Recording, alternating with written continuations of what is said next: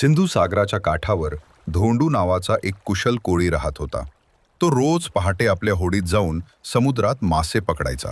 त्याला समुद्राचे सर्व प्रवाह, वारे, मासे कुठे सापडतील हे सगळं ठाऊक होतं. गावात तो मासे पकडणारा कोळी म्हणून प्रसिद्ध. एक दिवस तो समुद्रात खूप आतपर्यंत गेला. त्याला एक मोठा चमकदार निळसर मासा जाळ्यात अडकलेला दिसला. तो मासा इतका भारी होता की त्याला तो खेचायला खूप जोर लावावा लागला. जसं तो मासा जाळ्यातून बाहेर काढणार तसं समुद्राचा रंग अचानक गडद निळा झाला. लाटा जोरात उसळल्या, आकाश गडगडू लागले आणि समुद्रातून बाहेर आला एक निळा दैत्य. डोळे अंगारासारखे, शरीर निळ्या ढगांसारखं चमकत होतं. दैत्य जोरात गरजला, कोळी, तू माझा रक्षक मासा पकडलाय. हा मासा समुद्राची राखण करतो.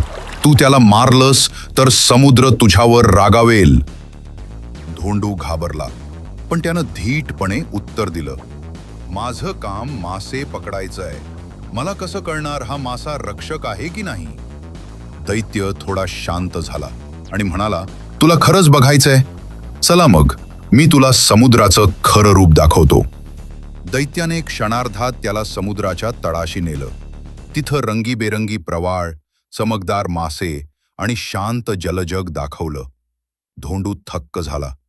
तिथं रक्षक मासे जखमी पडलेले होते. निळा दैत्य म्हणाला, प्रत्येक प्राणी या जगात काही ना काही कारणाने आहे. काही रक्षण करतात, काही स्वच्छता राखतात, काही संतुलन ठेवतात.